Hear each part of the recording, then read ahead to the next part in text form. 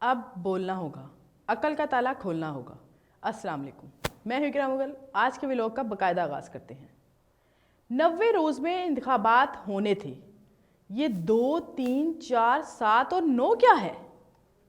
انتخابات کروانے کا فیصلہ کس تذبذب کا شکار ہو رہا ہے؟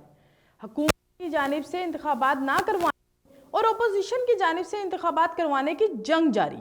سپریم کورٹ نے بدھ کی صبح پنجاب اور خیبر پختونخوا میں الیکشن کے معاملے پر از خود نوٹس کا فیصلہ سنایا اور دونوں صوبوں کو 90 روز کے اندر انتخابات کرانے کا حکم دیا۔ 5 رکنی بینچ کے 3 اراکین نے انتخابات سے متعلق درخواست کو قابل سماعت قرار دیا، جبکہ 2 ججز نے اس سے اختلاف کیا۔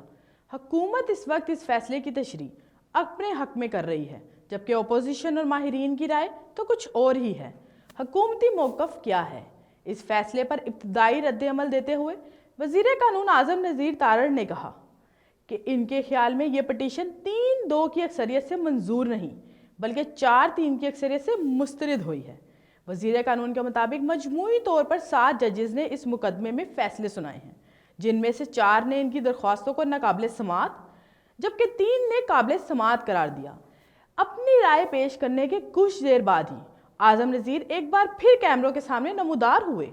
اس بار ان کے ساتھ وفاق کے نمائندے اٹارنی جنرل شہزاد عطا الہی بھی موجود تھے۔ اپوزیشن نے اس فیصلے کو حکومت کی جانب سے مسترد کرنے کے عمل کو پولیٹیکل انٹرپریٹیشن یعنی سیاسی مداخلت قرار دیا، جبکہ پی ٹی آئی نے حکومت کو اس تشریح کے بعد سیاسی انداز میں خوب آڑے ہاتھوں لیا۔ فواد چودھری نے کہا، وزیر قانون اور اٹارنی جنرل کو دوبارہ سے لاء اسکول میں داخلے کی ضرورت ہے، جبکہ بیرسٹر علی ظفر نے کہا، کورٹ کے اندر ان کے سامنے تو 5 رکنی بینچ ہی تھا، اسی بینچ نے دلائل سنے اور اسی بینچ نے فیصلہ سنایا۔ حکومتی موقف جاننے کے بعد یہ کہا جا سکتا ہے کہ حکومت نے سپریم کورٹ کا فیصلہ مسترد کرنے کے لیے جو موقف اختیار کیا وہ حقیقت میں اختلافی نوٹ ہے۔ حرف با حرف اختلافی نوٹ کیا ہے، میں آپ کو بتاتی ہوں۔ ابتدائی طور پر 9 رکنی بینچ نے اس معاملے کی سماعت کی۔ 2 معزز ججوں جسٹس یحییٰ آفریدی اور جسٹس اطہر من اللہ نے مذکورہ درخواستوں کو مسترد کرتے ہوئے معاملے کا فیصلہ کیا۔ بعد میں 2 دیگر معزز ججز نے ذاتی وجوہات کی بنا پر خود کو بینچ سے الگ کر لیا، اور چونکہ مذکورہ بالا 2 ججوں نے اس معاملے کو خارج کر دیا تھا، لہٰذا 27 فروری 2023 کے حکم کے ذریعے 5 رکنی بینچ دوبارہ تشکیل دیا گیا تھا، جبکہ 2 معزز ججز کے 23 فروری 2023 کو کیے جانے والے فیصلے اس کیس کے ریکارڈ کا حصہ ہیں۔ اب بات آتی ہے آئینی ماہرین کی کہ وہ کیا کہتے ہیں۔ ایڈوکیٹ فیصل صدیقی نے کہا، جسٹس اطہر من اللہ نے اپنے نوٹ میں فل کورٹ بنانے کی بات کی تھی اور انہوں نے انتخابات سے متعلق ان درخواستوں کو مسترد نہیں کیا، جبکہ جسٹس یحییٰ آفریدی نے صرف اپنی ابتدائی رائے کا اظہار کیا تھا، کوئی حتمی فیصلہ نہیں سنایا۔ جہاں تک پاناما کیس کے بینچ کی بات ہے تو اس کیس میں کوئی نئے سرے سے بینچ تشکیل نہیں دیا گیا، اور جن ججز نے اپنی رائے دی تھی وہ حتمی رائے نہیں تھی، جبکہ اس کیس میں بینچ نئے سرے سے تشکیل دیا گیا تھا۔ اس حوالے سے ہمارے ساتھ موجود ہے سینئر ایڈوکیٹ ہائی کورٹ محمد ارشد۔ جی ارشد صاحب، آپ کے وقت کا شکریہ۔ بتائیے گا، سپریم کورٹ کے فیصلے پر کیا وزیر قانون کا بیان درست ہے؟ اگر نہیں تو کیسے؟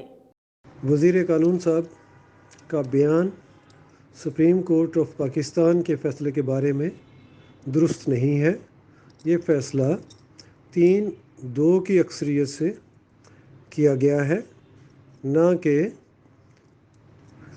پچھلے بینچ کے ممبران کو شامل کر کے کیا گیا۔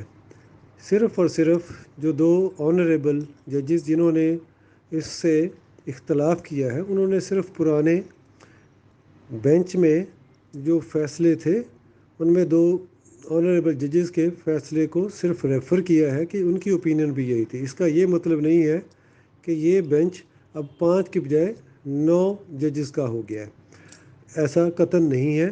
یہ ایک الگ بینچ تھا جو کہ ڈیفرنٹ اور سیپریٹ تھا فرام دی پریویس بینچ۔ جی بالکل ارشد صاحب، یہ بھی بتائیے گا کہ فیصلے کی اصل قانونی حیثیت کیا ہے؟ فیصلے کی اصل قانونی حیثیت یہی ہے کہ گورنمنٹ آف پاکستان اور باقی جتنے ادارے ہیں وہ اس فیصلے کو امپلیمنٹ کرنے کے پابند ہیں۔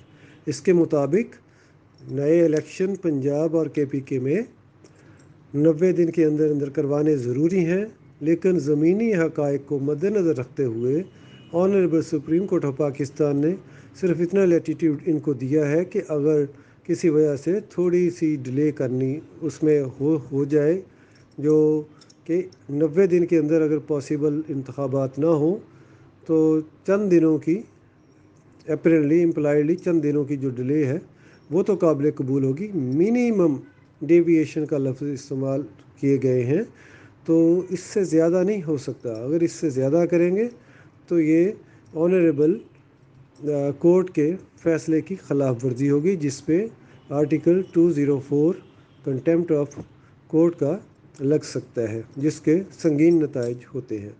تو اس لیے یہ کہنا کہ جی نہیں، یہ اس طرح سے جو وزیر قانون صاحب یا ایون اٹارنی جنرل صاحب فرما رہے ہیں کہ نہیں جی یہ تو 4 ججز نے ان کی فیور میں فیصلہ دیا ہے، یہ قطعاً صحیح نہیں ہے۔ وکلا حضرات تو اٹارنی جنرل اور وزیر قانون کی تشریح سے بالکل متفق نہیں۔ ان کے مطابق اگر حکومت کو اس فیصلے سے کوئی بھی ابہام ہے تو نظر ثانی کی درخواست دائر کرنی بنتی ہے تاکہ توہین عدالت اور دیگر کارروائی سے بچا جا سکے۔ لیکن یہاں ضرورت ہے کہ سپریم کورٹ کے حکم کو احتیاط سے بیان کیا جائے، کیونکہ 1 مارچ کو سپریم کورٹ آف پاکستان کی جاری کردہ 13 صفات پر مشتمل مختصر حکم نامے کا ایک اہم پیراگراف ہے، جس کے مطابق سپریم کورٹ نے اپنے حکم میں الیکشن کمیشن کو ہدایت کی ہے کہ وہ صدر مملکت کو انتخابات کی تاریخ تجویز کرے، جو الیکشن کمیشن کے مشاورت سے تاریخ کا اعلان کریں گے۔ اس کا مطلب یہ ہے کہ صدر کی جانب سے الیکشن اعلان کردہ 11 اپریل کی تاریخ خود بخود لاگو نہیں ہوتی۔ بات کی جائے سیاسی جماعتوں کی تو تحریک انصاف اور پیپلز پارٹی تو الیکشن کے لیے تیار ہیں، تو کیا نون لیگ الیکشن کے لیے تیار نہیں؟ ان فیکٹس کے بعد ممکنہ طور پر انتخابات کی تاریخ 11 اپریل تو نہیں ہو سکتی۔ بات تو یہ بھی عام ہے کہ کیا اس فیصلے اور سیاسی مداخلت کے ساتھ ان 90 روز میں الیکشن کا سارا پروسیس مکمل ہو سکتا ہے؟ ایک طرف تو چھپے لفظوں میں عدالت نے کہا کہ ممکنہ حد تک زیادہ سے زیادہ 90 دن کے اندر انتخابات کرائے جائیں، دوسری جانب تجزیہ نگاروں کے مطابق اگر حکومت سپریم کورٹ کا فیصلہ نہیں مانے گی تو پھر یہ ایک انارکی کی صورتحال پیدا ہوگی۔ سپریم کورٹ کا فیصلہ کس کے حق میں ہے، کس کے خلاف؟